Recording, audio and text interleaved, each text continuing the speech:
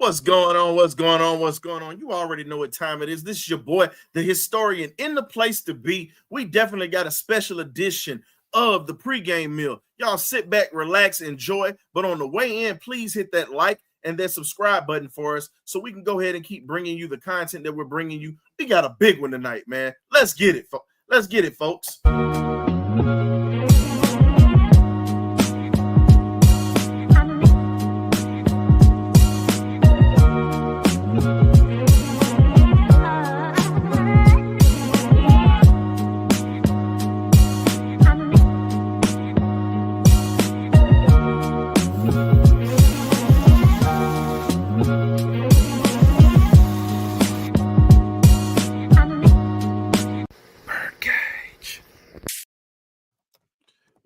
Well, let's get it, man. We're not even going to debate. This is a huge game. Tampa did what they were supposed to do today, unfortunately, which was win. So now Atlanta has to win now, tonight, and next week to pretty much wrap this thing up. But again, we handle our business, win these next two games. We don't have to worry about Tampa. So at the end of the day, we got to handle business tonight. This is the first time we've had. What's going on, Louis Algier? This is Tyler Algier's uncle. So shout out to Mr. Louis Algier in the chat tonight and everybody that's joining us. You know how we get down. You either get right or you get left. I got to open this thing up. We bringing the fans in here. I got my guy Boom in the building. So Boom, sit down and pull up a plate, man. Welcome to the pregame meal. You know how we getting it, baby. What's up, man? Yes, up, man. What's going on with you, Ryan, man? You good, man? Always, man. Always. How was your holidays, my brother?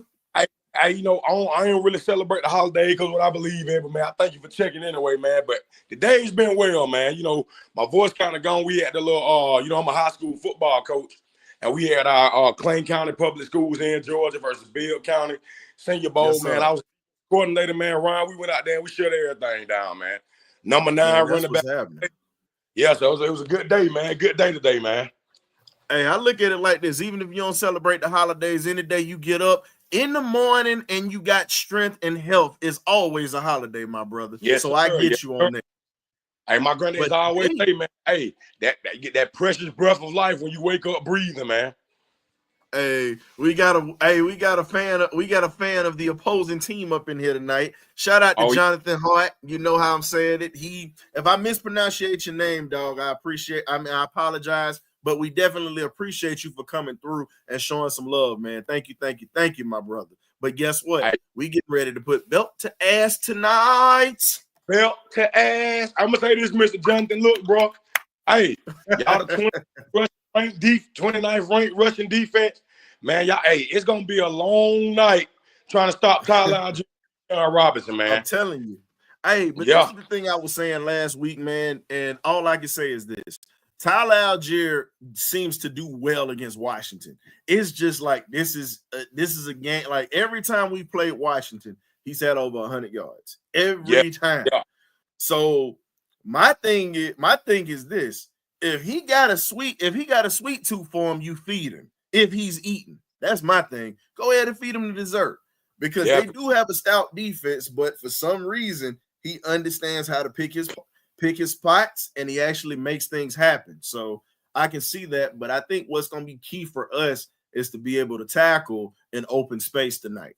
That is going to be a big key for us tonight. Huge. Also, man, keeping Jaden Daniels contained, man, keeping him in the pocket. You know, we shouldn't have to worry too much about Brian Robinson. You know, just like I said, you can contain Jaden Daniels, make him one-dimensional. And we know he's a great passer, don't get me wrong. Not taking away nothing from the young man. But like I said, what can hurt us the most is this man's feet. You know, so exactly. And I'm looking for the Atlanta Falcons to, play collectively tonight, and with Tampa Bay blowing out the Panthers today, man, the playoffs on the line. I mean, this game tonight very well makes or breaks our season. And, we hate Here's the thing. Here. The only thing that saves us and keeps us in this thing, because we got the driver's seat, we just got to continue to win. We win tonight. I don't care if it's by hook or if it's by crook tonight. We win tonight. We're situated for next week because all the pressure is on Tampa to beat the Aints next week. Now, unfortunately, I think that our division rivals are deciding to lay down. Pretty much. And you know, after what we saw with Carolina exploding, we're like, okay, they're gonna give them a fight. Look at today. They got blown out of the water today. I mean, they got beat like they stole something 3 times, man. And I'm gonna say this too, Ryan, man. Because like you said, you just made a good point about our division rivals giving up. Because think about it, man. You know, the Saints, I think out of every team in the division, the Saints hate us with the most passion. It's like a passionate hate. And you know, if like I said, I believe we're gonna win this game tonight, but just for the sake that if it doesn't happen, man, the Saints can kick us in the ass next week and say, hey, we're gonna lay down because we just don't want the Falcons to get in the playoffs. So but here's the thing, they playing for a draft pick at this point. Pretty much. Hey, but it's okay. I look at it just like this here. It's okay. Y'all want to play for a draft pick? We'll go ahead and let y'all go ahead and play for it, because at the end of the day, we're not playing for draft picks. Yeah, and I got that's what it is. We playing to try to win this division title. So I got a question. So how do you think there's going to be a lot of pressure on Zach Robinson tonight in terms of calling this game? Because for the most part, we know they have film on Michael Penix Jr. Because I mean, if you go back to his Washington days and the preseason games this season and last week, I think they have a substantial amount of film to be able to game plan for this guy. But how do you think Zach Robinson approaches this matchup tonight? You know, and to basically expose the mismatches that they'll have. Well, I think the way that Zach Robinson has to attack this Washington defense, you've got to establish the run. We know Penix is going to have his opportunities to throw downfield. It's going to be wet outside, but it's dry because there's no rain, but it rained earlier. So you're playing on a slick surface. So if we're playing on a slick surface, what happens is this plays into a running and defensive game. Anybody that understands this, and you're a coach, you understand anytime you have a wet field, you really ain't trying to throw the ball like that. No, you're really not. But if you get opportunities to throw, you're going to take it if the matchup is there, because it's very hard. And I'm a former DB, so I understand this.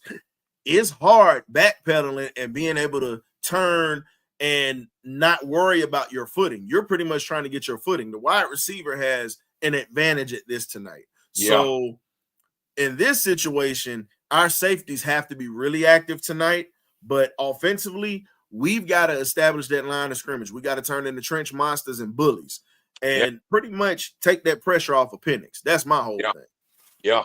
And I do think that the way Washington's offense is set up, I think that Justin Simmons is going to be a big X factor tonight, because I think it's both safeties having a box presence tonight, due to the fact that, you know, Jaden Daniels is a runner, and I know Jerry Gray is known to use defensive backs as spies, and I think in this situation he could plug a Justin Simmons in that area.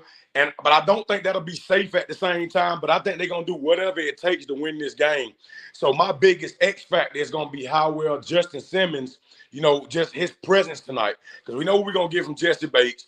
We know what we're gonna get from our backers. You know, I'm excited to see what Ebiketie. I think this game tonight for Arnold Ebiketie is gonna solidify the season that that has become for him. You know, Ebiketie's been finding a way to get pressure on the quarterback, and which I love to see, a guy that we've been waiting to see really truly activate himself. I want to. It's gonna be huge for Judon tonight. I'm excited to see Zach Harrison. I can't wait to see these young guys up front make adjustments, because like I said, it's gonna be a dog fight another night, man. You know, I do think it could possibly be a shootout, but like I said, like you said, with the field conditions, and if it comes down to the run game, which probably gonna be 60% of both teams play calling tonight, I just think the Falcons are a two-score favorite if it does come down to a running matchup. And I think our defense has been playing well enough to disrupt Jaden Daniels. So that's going to be the key factor, how well they play collectively as a defensive line. Well, I look at it like this. When you talk about the defensive line having that pressure, that was my X factor. I said hands down, this game, defensive line and the offensive line are going to be my X factors for this ball game, because, again, God rest his soul, the late John Robinson, who coached the legendary Eric Dickerson in the NFL, Marcus Allen in college, and was a hell of an offensive lineman coach and won national championships. And he told everybody just like this: the only way that you control the line of scrimmage is not about getting across to the other side. It's about the force, the power, the balance that you make after you make contact with the man in front of you. Because once you make contact, it's pretty much like driving the car. You get up under his shoulder pads, you're driving him. If lowest man always wins. So on either side of the ball, Atlanta has to be the lowest man, and they have to understand. On offense, you have to open up holes. Defense, you have to clog holes, or you open things up for your linebackers or your safeties that are in the box to make plays.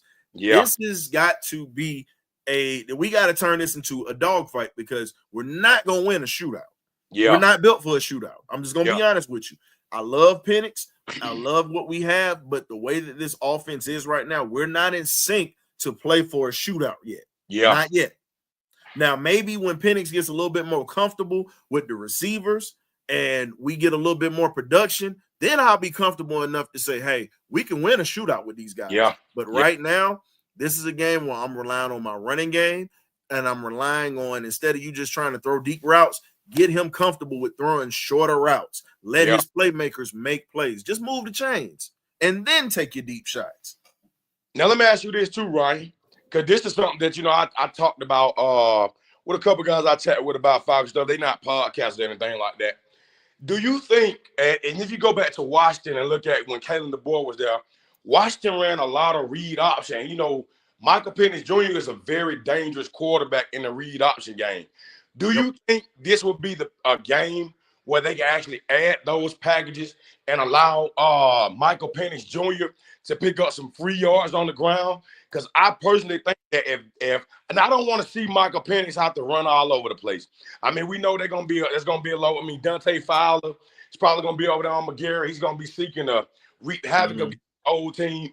Do you think that they should have some design quarterback runs just to use Penix as an extension of the run game? I don't think they need to have design runs, because I don't want Washington to be able to make those adjustments and prepare for it. Guess what? His runs need to be off script. When stuff breaks down, go. We're not going to plan for you to run. But if you see an opportunity and you don't see anything open, trust your instincts, run, but get down, because we're going to need you, and we need you to be smart about your decision making when it comes to running. I'm not putting him in a position to where it's design runs to where they can key in on him. Like, no, I don't want their defense to key in on him, because you're not going to know if he's going to run or not if we're not playing that. So in this game, I wouldn't do it. And I get that too, because Penix actually likes to stay in the pocket and throw the ball. And my biggest, like I said, Caleb McGarry has been he's been better this season. I mean, his pass pro grade is still down, but Caleb McGarry is out there fighting. And I would like to see the Atlanta Falcons upgrade that position in the future. But at the same time, if we look at Caleb McGarry in the run game, he's one of the best in the league. So, my biggest concern, like I said, I don't want to see this kid get hurt. And, Washington's front seven is pretty damn good in terms of their edge rushers. I know they down a couple guys, also on the interior of the D-line.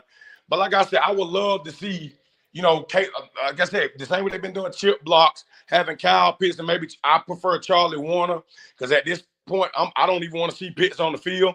Love him. Still wish the best for the guy. Still believe he can be a great tight end, possibly in the NFL.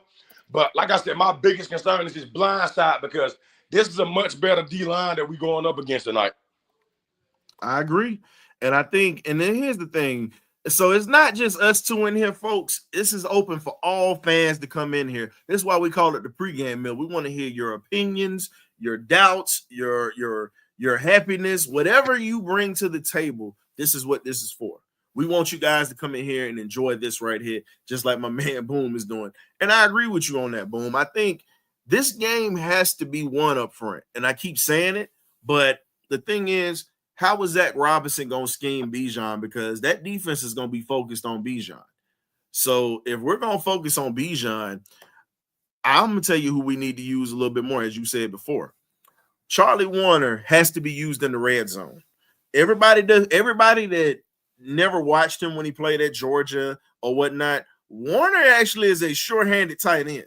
I can guarantee you that. He don't drop much. And if you put him in a position to where you're going to play in the red zone tonight, if Bijan can't get in, or if Algier can't get in, guess what? You gotta use Charlie Warner. That's another weapon that you have in the red zone outside of Drake, Mooney, Pitts. At this point, if he shows up, he shows up. At this point, I hate to say it, but I'm not even looking for Pitts to show up. He got to prove it to me, because at the end of the day, it's just been one of those things where he plays when he wants to play. You have all the talent in the world to be a game changer, but you shrink. Yeah. And it's not because of pressure. You just shrink because you have an attitude problem. It's obvious. Body language does not lie. Prima donna. And at this point, you're not good. And I'm going to say it right here. And I know it's going to be some people that's going to be mad, but it's okay. We all still pulling for that logo, but I'm going to keep it honest with you. You are not good enough to have an attitude. You're not good enough to walk around thinking that your stuff don't stink.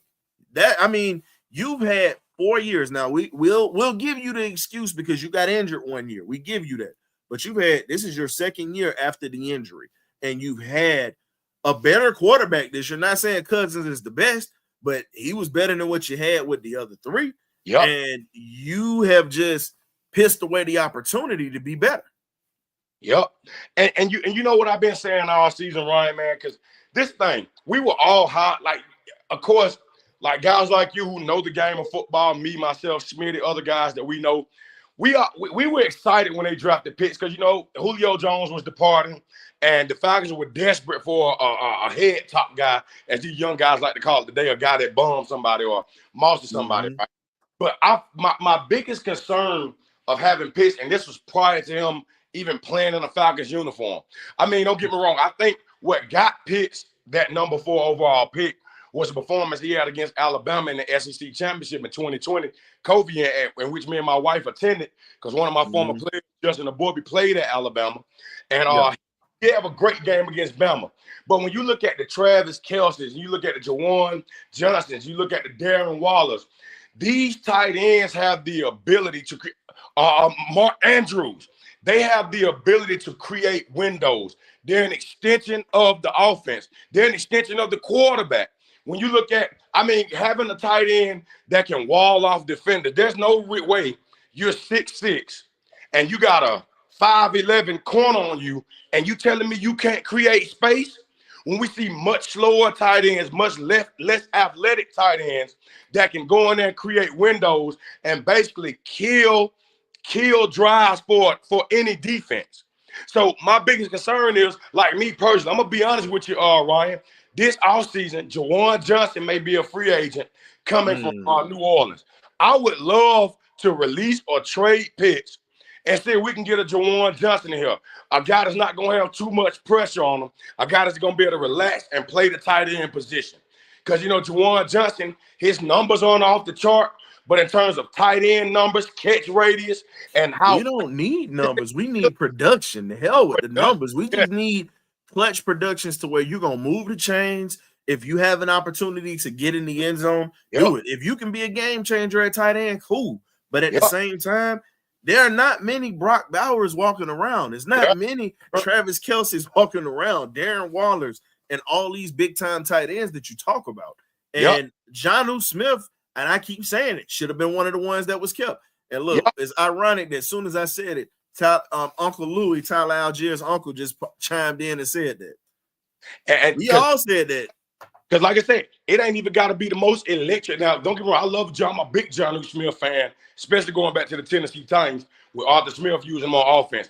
But like you said, Jonnu Smith was a guy that played the position correctly, and he found ways to be productive. Like you said, production in the offense. And for the Atlanta Falcons, if we can get a tight end that can average maybe 5 or 6 catches a game, maybe 50, 60 yards, you're talking about picking up first downs on broken plays. You're talking about extending drives. You see what I'm saying? You're talking about forcing the defensive game plan to shift. You see, but Kyle Pitts make us, we're two-dimensional because we do have a run game. And that's what I always tell folks, I'm grateful for the process. You know, Mike Smith brought grit to the team. Dan Quinn brought toughness on defense. Arthur Smith brought us a run game. Now everything's trying to come together. But so it's a process to the whole thing. But like you said, we need a guy that's going to get us production at that position and be an extension of the quarterback and the run game. So here's a comment that you might like. Now, Uncle Louis just said we should have kept Keith Smith, beef, at fullback spot. Definitely. You talking about having a Keith Smith with a Tyler Algier and a Bijan Robinson behind him? And think about it, and blocking for your quarterback. Exactly. I mean, I'm telling you, Matt Ryan loved Keith Smith, man. He loved that guy, man. What's going on, Smitty? We got coming into the building, pulling up a plate of fried chicken wings as he always does. We got Antoine Smitty Smith into the building. You too can have fabulous hair with ISO Plus, Mr. Smitty Smith. I'm taking it back to the Tom Joyner morning show days, baby. I ain't got no hair, so I ain't worried about it. What's good, man? Hey, man, you put that ISO Plus on there, it might grow back. It's gone, bro. Thing straight smooth. My way straight out on Smitty. Hey, hold on. What you said? The ISO Plus might have been the reason why it went away.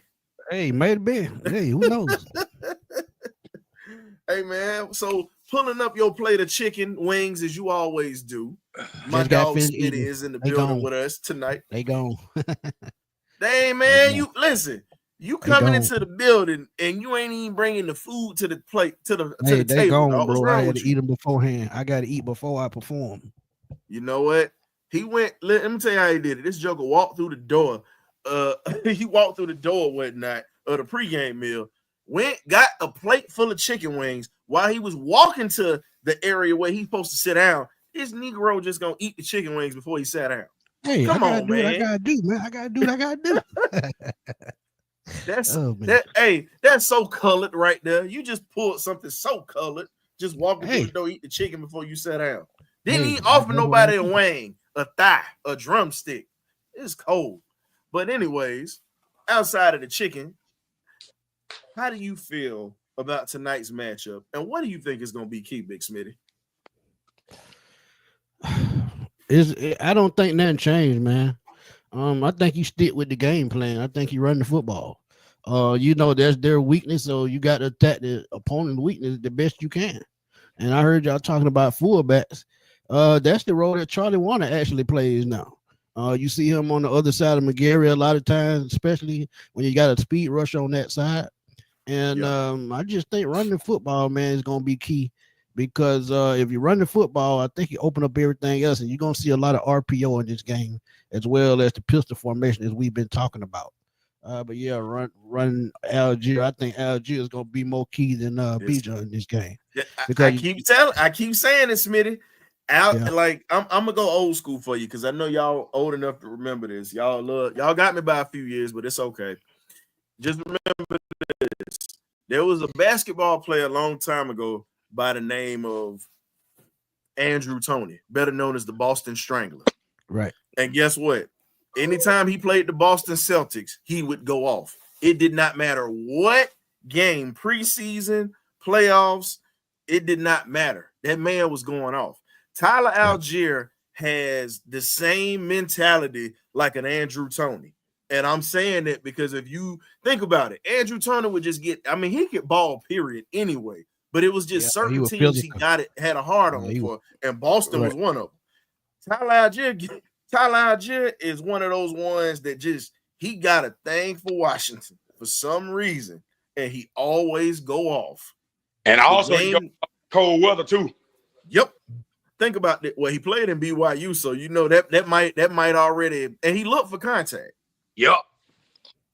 Just think about it, man. One of the things that we would say, Smith, Algier is a guy, and we praise him a lot because of the fact that he brings a certain physicality to the team that is starting to rub off on Bijan. Bijan won me over, and I'm gonna be honest with you. The game Bijan won me over. It was pretty much last season, and we watched him in the Saints game, and he picked up that blitzing linebacker, Demario Williams, and he hit him right in his chest. Mm-hmm. When I saw him step up, then I said, okay, I can rock with you now because you're showing me that you're not just a flash type of guy that just want to run the ball. You actually want to do everything, even the little things, and you using the muscles. So again, we always say he had all the muscles, he wasn't using them. He using them now. So right, and he also caught a 70-yard touchdown in that game. So he did his thing that game. And I'm gonna say this too. What y'all guys think about the Falcons even going deeper into the running back depth chart tonight? I'm be honest with you. They got a guy on that roster named Jace McClellan. And I'm gonna be honest with you. Bijan and Tyler Algier is enough to beat anybody. Let's just go ahead and call it spade a spade. But if you talk about running that ball, pounding the rock, giving them another rookie that they haven't seen that we know they can plug in. He's a physical runner. All the extend the run game, open up the play. I think that they even see this guy get some touches. This guy. I'll wait till you see it, dog. I see you in the back. I brought him in. He opening up the cooler, bringing out the bill. I got you, Rick. Whenever you get in the spot, dog, I got you. He just hit the liquor store. Yeah, I'm telling you. You heard that, boy? He ran the liquor store. Hey, I already got the ball ready for the game tonight. Rich, boy, liquor, chicken wings, boy, Chinese. Hey, Rich. You better watch your chicken wings. Smitty might be trying to slide through there and steal them. He already done stole ours. I'm talking about for real. Hey, boy, this a real. I'm gonna be honest. I like the vibe that I've been seeing for this game. How everybody talking about, yeah, what they said about Michael Penix almost pissed me off for real. Excuse my language. Yeah. Michael Penix, he ain't no Jaden Daniels, but he just need to such and such. Boy, you don't know what that meant. We don't even know what he can do yet. No, he ain't even warmed up yet. He just still let me feel everything out stage. Yeah, because the way the media were putting it was like, yeah, he just really need to lean on the run game because they shut down the run game. They say Michael Penix can't throw when he get outside the pocket and all of that. I said, bro, y'all must didn't watch that man games. You ain't lying. Crazy thing is, bro, my personal opinion, this is me. I think that Michael Penix Jr. was the best quarterback in the draft in 2024. The only thing with those injuries, this man can throw the ball on a dime off his back leg. And we watched this guy do it. We talking about a guy to the national championship game, man. And you know why it's funny that you say that? Because if you go watch Jaden Daniel interview, Jaden Daniel literally said, this man is deadly accurate, and he got an arm. Even the look on Jaden Daniel's face let me know that both of them are really like a mirror image of each other to a certain degree.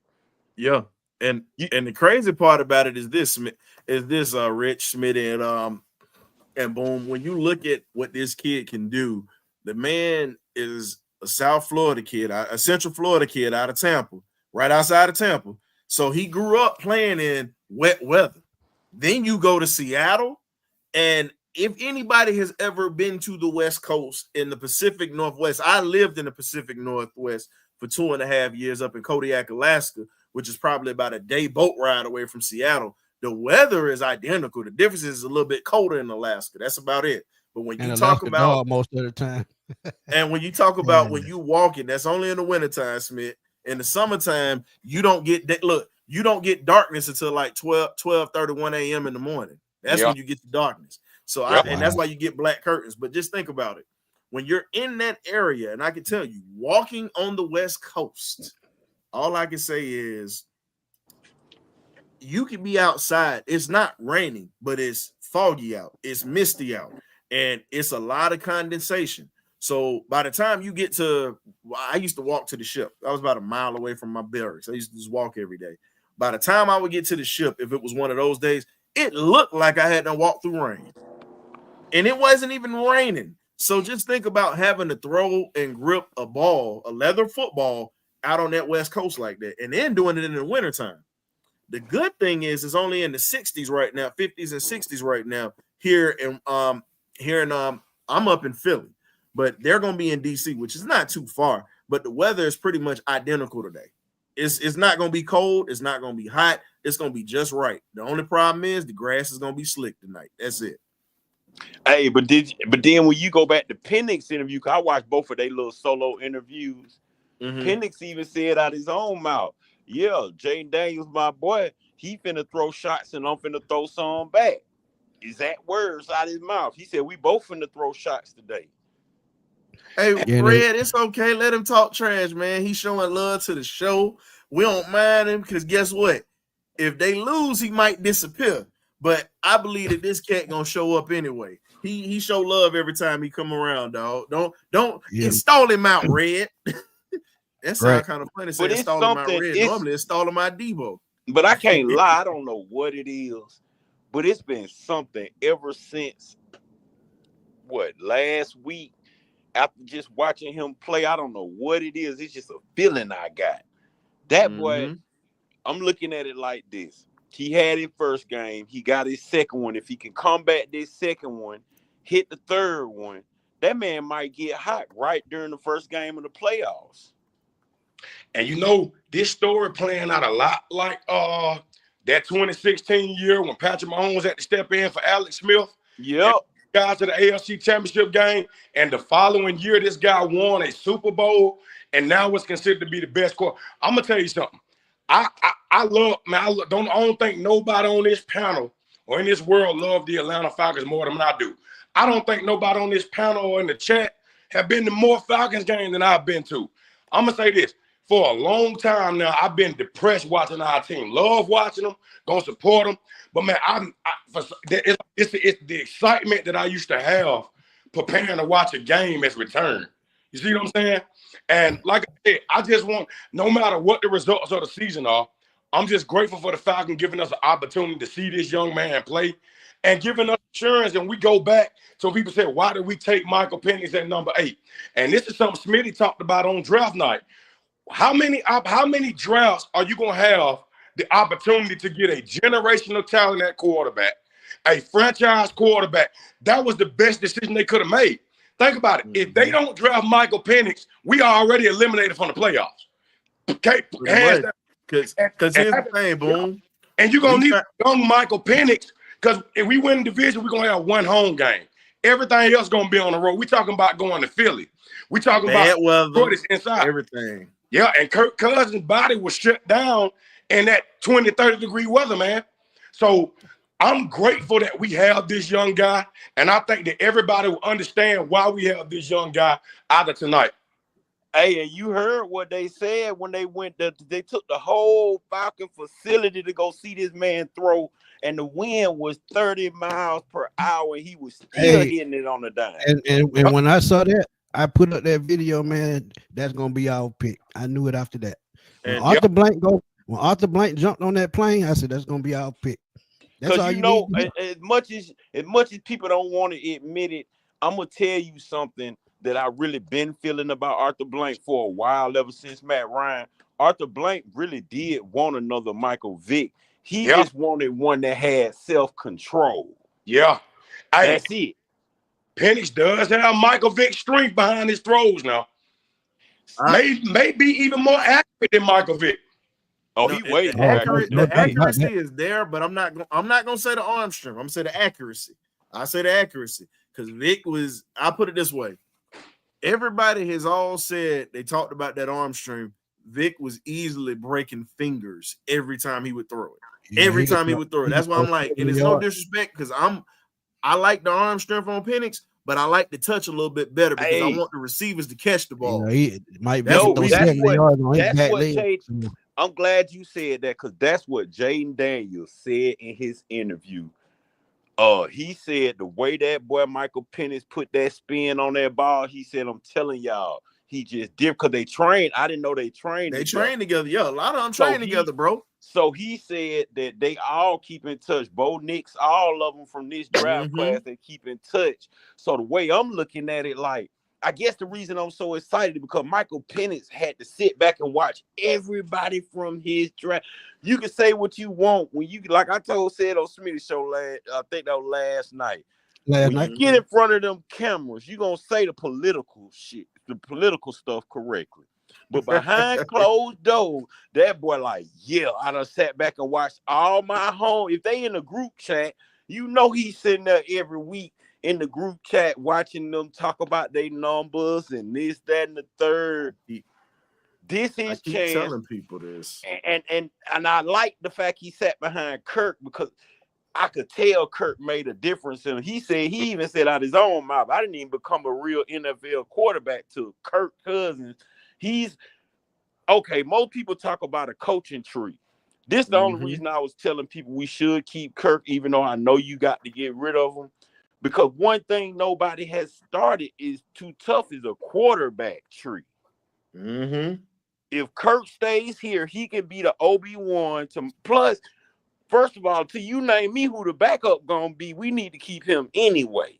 It's probably gonna end up being Paddock or whatnot, because we did bring Paddock up from the practice squad. And this is the thing that I keep telling people. John Paddock is, how can I put it? John Paddock is one of those guys.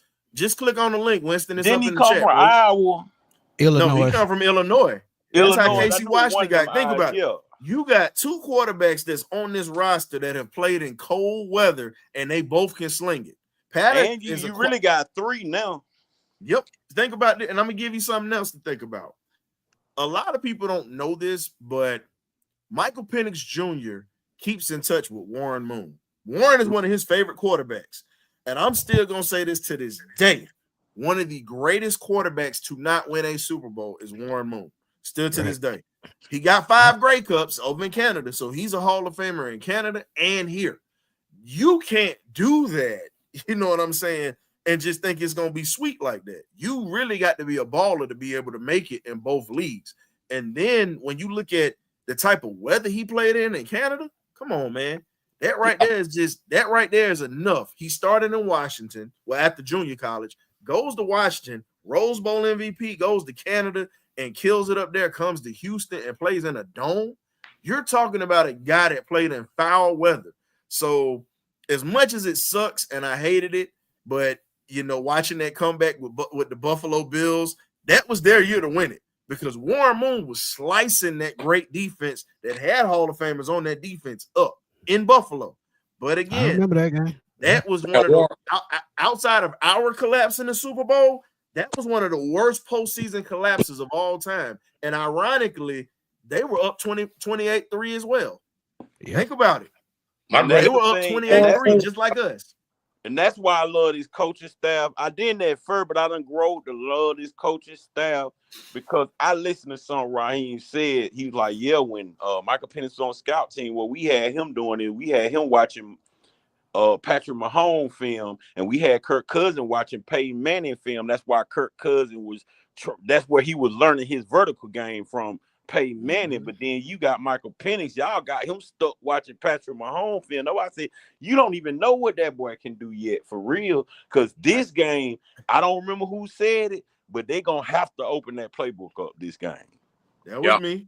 I said that was when you came on the last show, and I said what's gonna have to happen. And K-Dub doubled up on what I was saying. I said, you know what?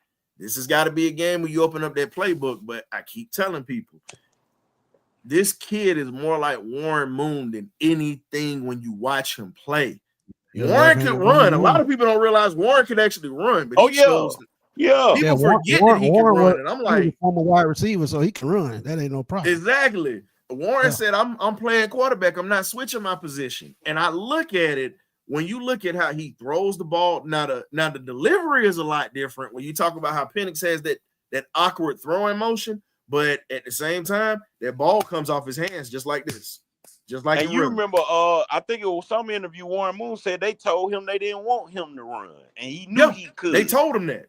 Yeah. They told him he said there was a lot of black quarterbacks in the league at that time that could run, and they tried to keep them one-dimensional because they were outshining other quarterbacks who were bigger than them.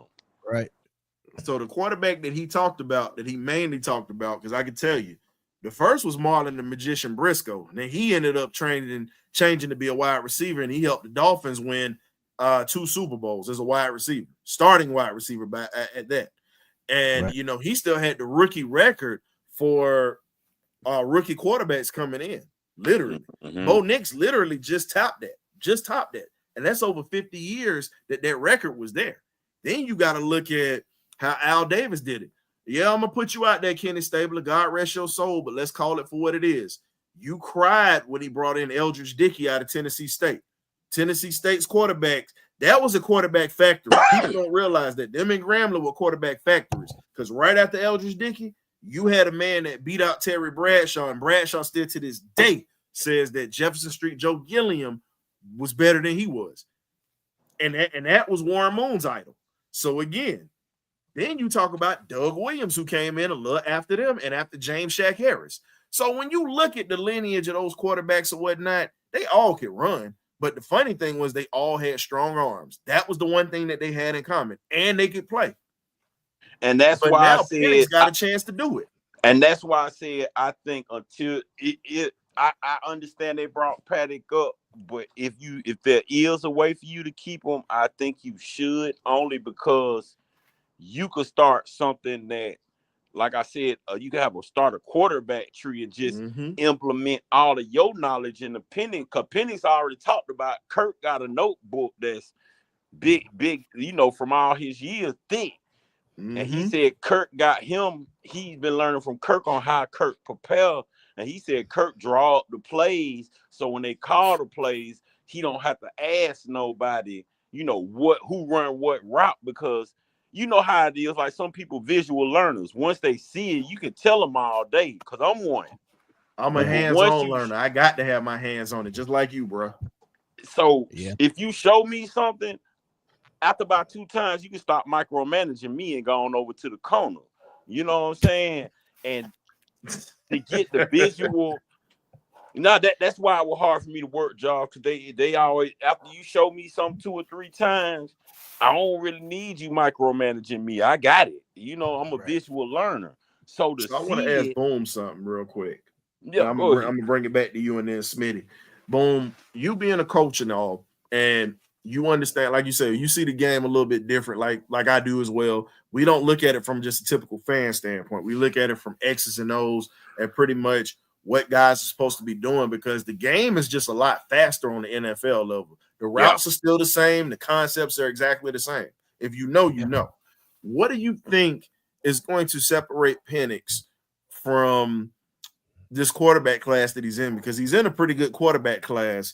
And the word is they're trying to compare this quarterback class and say it's probably going to be one of the greatest of all time. And I'm like, I can't go over that 83 quarterback class, because every quarterback that was in that class played in the Super Bowl. And you had a couple of MVPs and you got 3 Hall of Famers out of it. So how do you feel that this class is going to shape up if Penix is actually the first to take that step to ascend as a great quarterback? Well, I'm gonna say this. I definitely agree with what you said. I don't think this is the greatest quarterback class. I do think that we do have a new generation of winning style quarterbacks. But I think that if Michael Penix does take that step forward and become the apex, or what you would call the ace, I think that it's gonna make a lot of teams reconsider, their choice at quarterback. They pick some guys like Jaden Daniels, Bo Nix doing this thing. I do believe that like I said, for the most part, it's going to give – I can't really give a solid answer. I'm just going to say that it's going to basically prove the the NFL analysts, people who chose which quarterback was the best. I think it's going to make reconsider their thoughts on who they believe should have been number 1 or number 2. Okay. I got you on that, because I heard some Giants fans. Shout out to my boy Andre. He's on Twitter or whatnot. Unfortunately, he's a little misguided of an Alabama fan, but it is what it is. And he's a Giants fan. My man, I'm talking trash. He bowed my head earlier today. I told you I was going to expose you today, talk about you a little bit, but not in a bad way. But as he was saying earlier today, he was pissed last year in the draft that just went by. He wanted Penix. He said now with them losing today, they might not get Shedeur Sanders. So again, with this draft class being as thin as it is, they wanted Penix. They don't want Cam. No disrespect to Cam Ward, but they want Shedeur, because Shedeur fits what they do. And Penix would have been somebody to fit what they do in New York. But at the end of the day, they chose a receiver and we took our quarterback. And a lot of people who were upset that we took Penix in the first round as well as with Cousins, you're starting to see the reason why we did this. It's chess, not checkers. You can't. Insurance. But New York wouldn't have got him anyway. If New York would have got him, but I'm gonna be honest. I raised this question in one of the Falcon groups. If we don't get Kirk Cousins, I don't see Penix dropping because it was a New Orleans wanted him, Vegas wanted him, New York wanted him. Boy, it was about 5 teams really wanted Penix, and they figured since we took Kirk, he was gonna stay on the board. Because they swore we were going verse Alatu, which they did try to trade back into the first round to get one of them. But don't no team love us like that to let us back in the first round. They ain't finna let us load up like that. But yeah, and Chicago at number 9, they were trying to trade up to 8 to get that spot, and they were going to use Penix for bait to make a trade back to get more draft picks. So it worked out just like it was supposed to. And it's pretty much these teams to understand, if you want your guy, you got to start taking risks. I think a lot of teams draft out of fear. And if you look at your team and look at your record and what you've been, at some point, they open up as an organization and say, okay, we're going to take a gamble on this guy. What have we been doing that has actually worked? And how can we get better right now? And I think that's what the Falcons did when they drafted Penix. I think they took it. There's probably a lot of people that didn't want them to take Penix, but I think whoever made that decision saw the bigger picture. And I think, to be honest, I think it was Arthur Blank and Terry, because remember, Terry wanted Justin Fields, but Arthur Smith didn't. Arthur Smith overrode Terry to get, I think, Kyle Pitts or whoever we got. That wasn't who he wanted.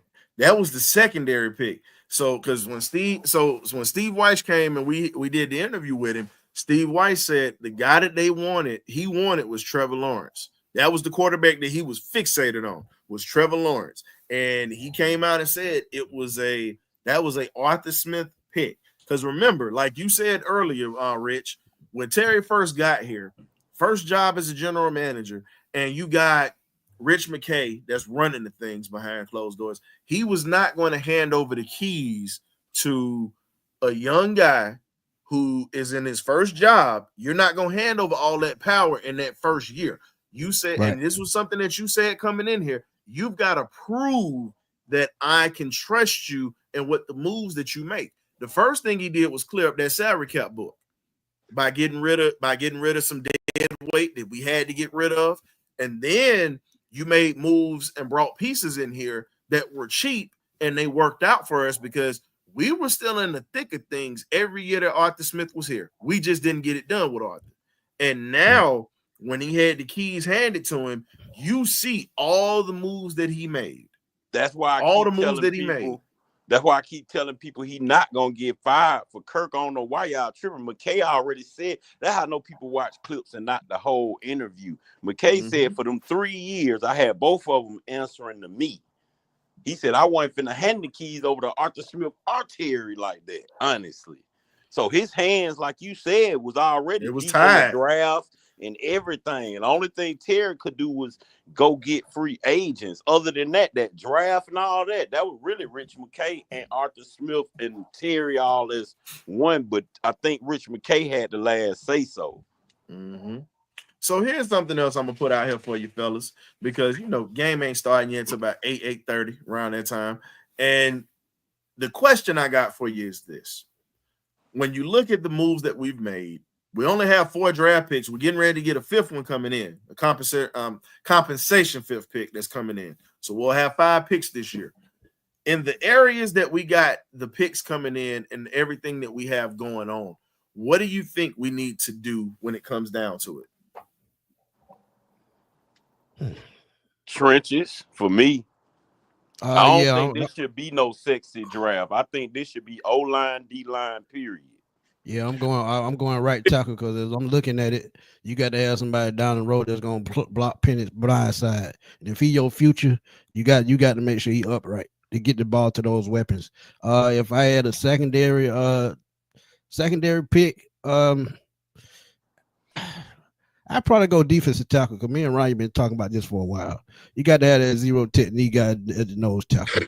And they passed on to Vondre Sweat this year, and I felt like he could have been that guy to replace Grady, make Grady and Onyemata great this season. But they went with Ruke, and I get it because he's athletic. but you got to have that size. Well, I'm gonna say this. Like I said, I don't think we definitely need to go trenches. Like I said, I'm looking at an upgrade at the right tackle. Also looking at a future replacement for Jake Matthews, who's aging. Like I said, with Bergeron and Lindstrom, man, we pretty much set at those positions. I think those guys, of course, Bergeron has been great filling in as a young guy. But I'm gonna say this, and Chris just posted something in the comments. I'm gonna be honest with y'all guys.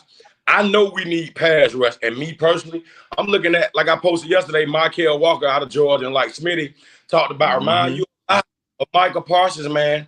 But one of my favorite players in this draft that's going to be a steal for anybody is Jahad Campbell out of Alabama. You talking about a line, a 3-down guy. He's lightning ball, can play pass coverage. I mean, this guy is pretty much he's going to be the steal of the draft, in my opinion. And if you look at the Falcons linebacker depth, I get it. Like I said, I think we 1 or 2 pieces away from being a solidified top 10 pass rushing team. We got to remember, Braylon Trice still has to come back next year. And another guy I want to see a lot tonight is Big Eddie Goldman plug in the middle. But to stay on top of it, like Detroit being banged up all year long. You talk about coming here right now, this moment, and making an immediate impact. I was shown against some of the best players in the country. Go look at Campbell against Georgia, against Tennessee, against Missouri, on and on. So if I'm the Atlanta Falcons, if I can't trade back to the first round, get both of those guys, I think linebacker and D-line is the most important 2 groups that we can fill. We can find offensive tackle and free agents. So can I chime in on this right here, because I don't know how well versed you guys are with HBCU ball, because that's something I love too, and I talk about a lot of the guys that's coming up. I got a couple of names for you. You just mentioned offensive line. Guess what? You kick Troy, you can put Bergeron into that left tackle spot, which he's supposed to play. But with as great as he's played at guard, I'm like, all right, this is what we can do. I'm gonna give you a guy who I think would be a problem for us. He's a senior offensive lineman out of Alabama A&M, guy by the name of Carson Vincent, 6'6", 305 pounds. This man literally has been manning the offensive line for Alabama A&M for 5 years. And he faced competition against Vanderbilt and Auburn. And guess what? He didn't give up a sack in any of those games. Now, he's also going to be playing in the Reese's Senior Bowl. So he's a guy that pops out on the tape, and he's nasty. The last really big-time player to come out of Alabama A&M that people know was Mr. Mathis. That's an Atlanta kid that played for the Colts. Mathis. Mr. Robert Mathis. Yeah. So when you look at it, he's one of them dudes that could come in, and he was all SWAC conference every year that he's played. So when you talk about a guy 6'6", 305 that can move, you bring that type of guy in here with that type of athleticism that comes with this line, because guess what? When you get a quarterback like Penix, you got to have linemen that can move with him. That's the other thing. Now, the other place that I would look at, we don't know what's going to happen with the safety position when it comes to Justin Simmons this year. We don't know what's going to happen. There's a kid out of Howard University by the name of Kenny Gallup Jr., 6 feet tall, 215 pounds, and literally has accomplished everything you can in college. He was a 2023 Defensive Player of the Year for the MEAC. Then you helped Howard University reach the Celebration Bowl, which is the HBCU National Championship game.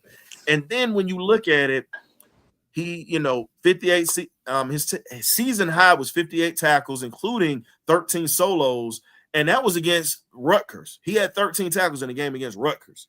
So when you look at this guy, and he also plays great when you talk about playing cover 3, cover 2, and also being single safety high.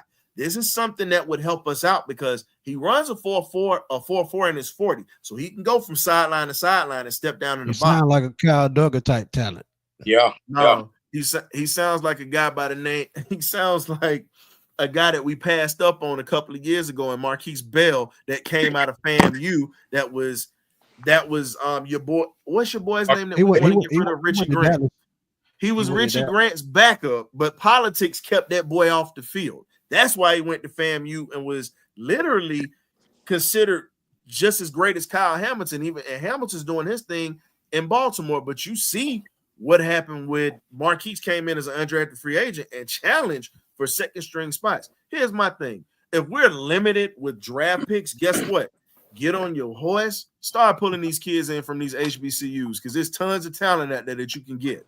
And I can tell you, that's, I don't know, D-Tucker Grover Stewart from the Indianapolis Colts. I played with this man at Albany State. And I'm going to tell you, you can talk about big boys from Georgia, Alabama. I don't think nobody in the National Football League is stronger than that guy. He's from a place called Mitchell County, Georgia, Camilla, Georgia, Mitchell County High School. And when I tell you that dude was just big and nasty, man, nobody could block him. He played.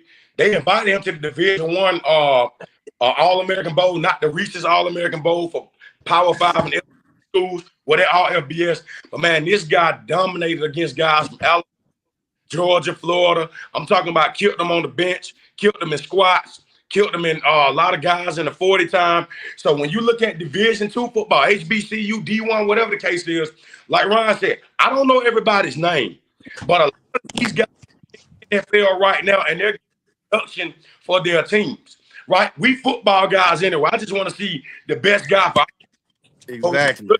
HBCU football. It's some dogs out there, man.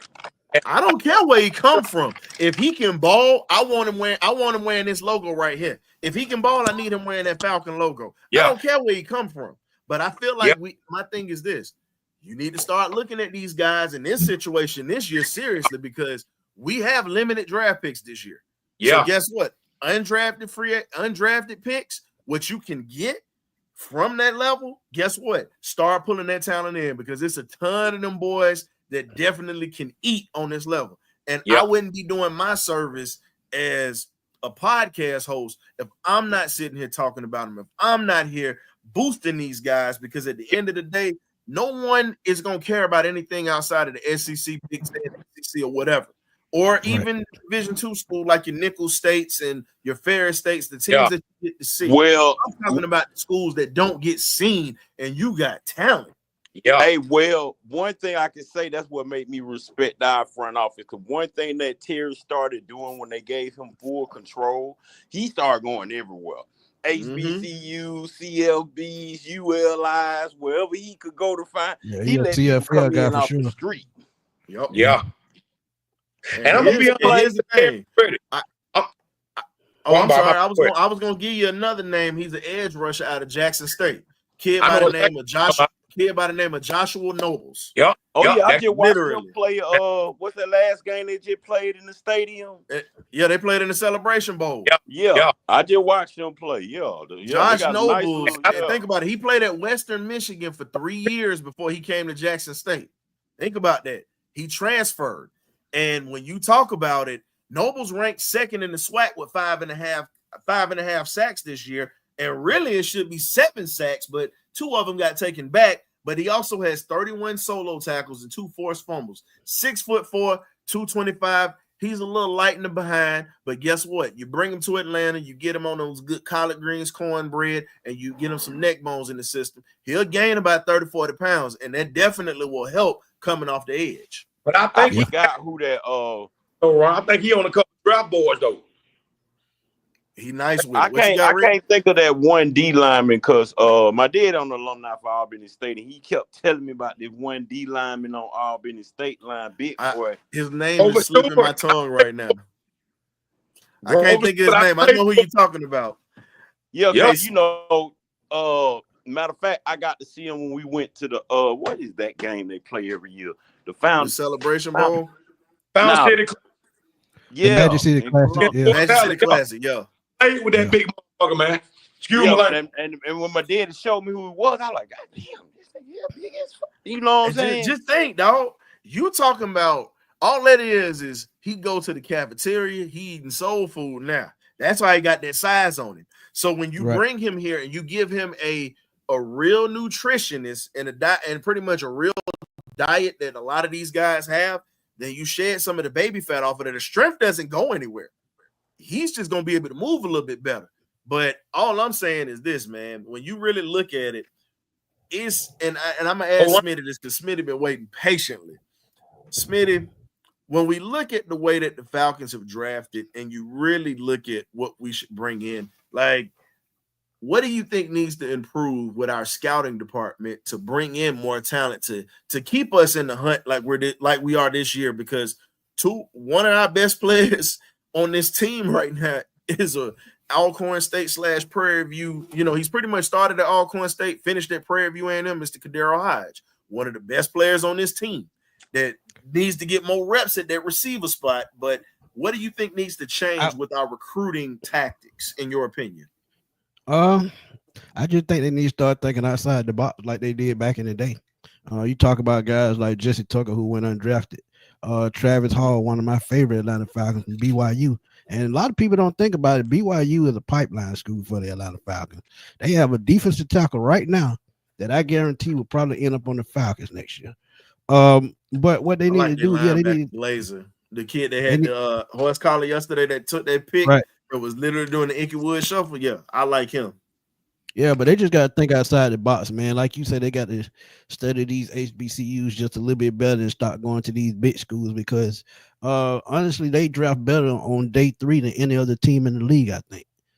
Exactly. So if they can put that kind of energy into the first 3 rounds, I think we hit a little bit more on these draft picks because I don't know who made the call for Tat McKinley. I don't know if Rich McKay, one of the scouts. But with TJ Watt still sitting there, you just don't make that mistake. That let me know right then you need to catch up with the times as far as scouting, because I think the Falcon scout team, they still stuck in the past and what happened in the past. Because if they weren't, they would have looked at a Michael Parsons over a Kyle Pitts. They would have looked at a Jamar Chase over a Kyle Pitts. So you just got to catch up with the times, man. That's all. Could you imagine in this situation? I'm gonna ask Rich this. Can you imagine Jamar Chase with Michael Penix Jr.? Honestly. Now, I'm going to be honest with you. It's funny you say that, and I'm going to tell you why. Because as much as we want to sit up here and talk draft picks, this, that, and the third, I know my team. We want to get a speedy wide receiver with the number 1 pick for Michael Penix. We might well stop with all this other stuff. Telling you exactly, they want more speed. And you don't even have to draft. Here's the thing. You don't even have to draft one. I just told you where you can get them at. You can get an undrafted free agent that can go get it. And how they draft, how they draft with the BPA, they're going to get another wide receiver. They may go get a tight end. But let me give y'all the player to look out for tonight. Then I got to roll because my show about to start. Yes, sir. And he HBCU kid, Mr. Chris Blair. If y'all paid attention to that preseason game, and I talked about this a little bit last week, him and Penix, they were, seeing eye to eye. They had that connection, and you need to put somebody on the field that he's comfortable with. And I think Chris Blair's that dude. He's another one of these undrafted guys that just only needs a chance to go out and ball. You A&M. Drake London, he's been injured, nicked up just a little bit. I don't see him playing, his usual self tonight. So you got to depend on Pitts, you got to depend on Mooney and Raven McLeod. But Chris Blair came in last week, caught a pass, and it just seemed that he was comfortable with him all through the preseason. So if the offensive coordinator is smart, if Zach Robinson is smart, put that kid on the field and see what he can do. And we got to use Pitts today, man. We got to, because I'm going to be honest. When I went back today since I ain't had nothing to do. And I watched their last game against Philly. I went back and rewatched the Commanders game with Philly. You know why Philly was beating them? Because they couldn't deal with the tight end getting behind them linebackers. What that boy Goldberg or whatever his name, the one that kept killing us. Got it.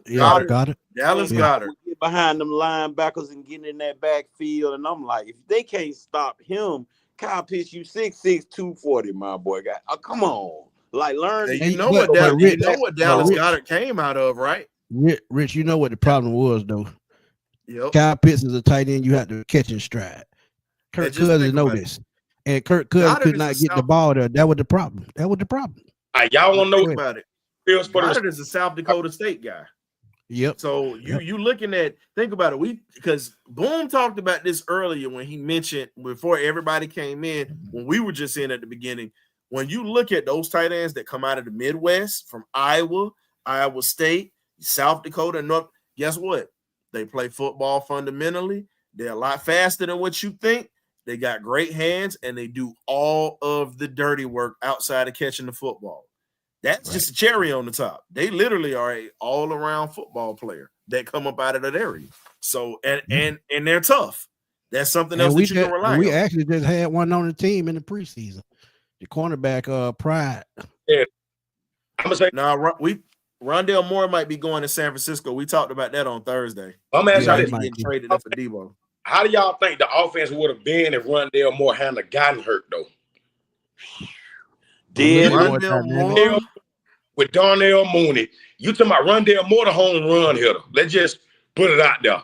Kyle Pitts. No disrespect to no disrespect to Ray. Ray got that speed or whatnot, but Rondale Moore is I'll say he's a Dollar Tree Steve Smith. That's the best way to describe him. Mean, blocks, and he can go. Yep.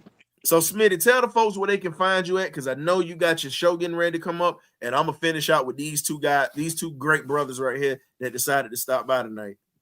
Hey man, when y'all lead this great show, man, please come on over to the Sports Machine. We're gonna do the play-by-play for the Commanders, Falcons in Washington. We're gonna have people coming through. My boy A1 gonna come through. My boy Debo Vibe, they gonna kick it with me tonight. And look, man, we ran it up a couple of weeks ago in that Minnesota game. So bring your questions and bring your knowledge, because y'all know how we do it on the Sports Machine. But Ryan, as always, man, I appreciate you, and keep doing your thing, my brother.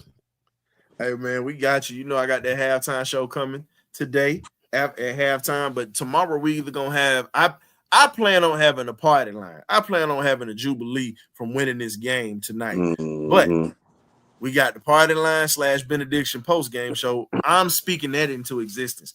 It's party time tomorrow. It's party time. So, Smitty, I thank you for coming through. I know you got a slide, but me and the fellas going to close this thing out. We're going to finish this thing up. So, hey, I definitely tap in a little later one night. Y'all hit them like buttons for this brother right here with his content, and especially these two right here that's up and coming, man. Definitely got some great content coming out with these gentlemen here from the Dirty Falcon podcast. Boom, tell the folks what your name of your podcast is as well. Find me on DATL Sports, DA Boom on YouTube, and you can find me DATL Sports on Twitter. So, wrapping this thing up, fellas, we're going to say I this. know why he started the channel, though, because I got on his butt for 2 years. So he didn't have a choice. He didn't have a choice. But what y'all score predictions are, man? Oh, before I go, I'm going to keep it the same. 27-24 Falcons. Okay. I got Atlanta 30. You say Atlanta what? Atlanta. 33-17? No, 30-27 Atlanta. Okay, you was cutting out 30-27. Rich, what you got, man? 27-21 Atlanta. I'm gonna go ahead and go with it. I'm going 28. I'm going 28-21. I think we have a one touchdown lead, because I don't think we're gonna be able to keep them out of the end zone. But I do believe that we'll be able to put up more points than what they're going to give us. But let's just be real. Philly didn't handle their business last week from trying to beat them, because that would have solidified our spot if they would have beat them. But guess what? You can't rely on somebody else to cook your meal the way that you want to cook it. So guess what? It's time for us to take these groceries, go ahead and cook this meal, and get this thing right, because our season depends on tonight and next week. No tomorrow. You can't lose. And don't touch the defense. Here's the thing. The only way the Bucks get in is if we lose 2 straight. Now, if we lose 1, we still in, because we got the head-to-head over them. But we cannot lose tonight. Carolina took a week off this week. They allowed the Bucks to get back in it. They allowed them to get back in it. I think somebody took some money, if you ask me. Because the whole team was out, literally. Exactly. So don't think that they're not going to try to ruin our season next week if we win tonight. That's all I'm going to say. Do not think that's not going to happen. They would love to keep one of us out of the playoffs. And it seemed like they already picked which one. Yeah, I think they might be all right with Tampa. I think it's us that they can't stand, because we right up the road from them. Hell, the Saints might help Tampa out too next week if we lose tonight. Oh, they playing for a pick. Look, they're playing for a quarterback at this time. Yep. But Man, I appreciate y'all good brothers coming through. We got to get ready for this game. Hey, check out the halftime show. Once the halftime report gets, I got you covered on the notes, but tomorrow's going to be the post-game show. Fans are welcome to come in and chime in, and then we got our regular show Thursday at 8 p.m., and that's going to be our concluding the season show because last game of the season, but I believe we're going to have more post-game shows to come for the playoffs. So as we say, man, we definitely appreciate y'all for coming through. You know how we get down. You either get right or you get left. Y'all go ahead and enjoy this game and hug your families and enjoy the holidays. We'll catch you next time on the pregame meal. Peace.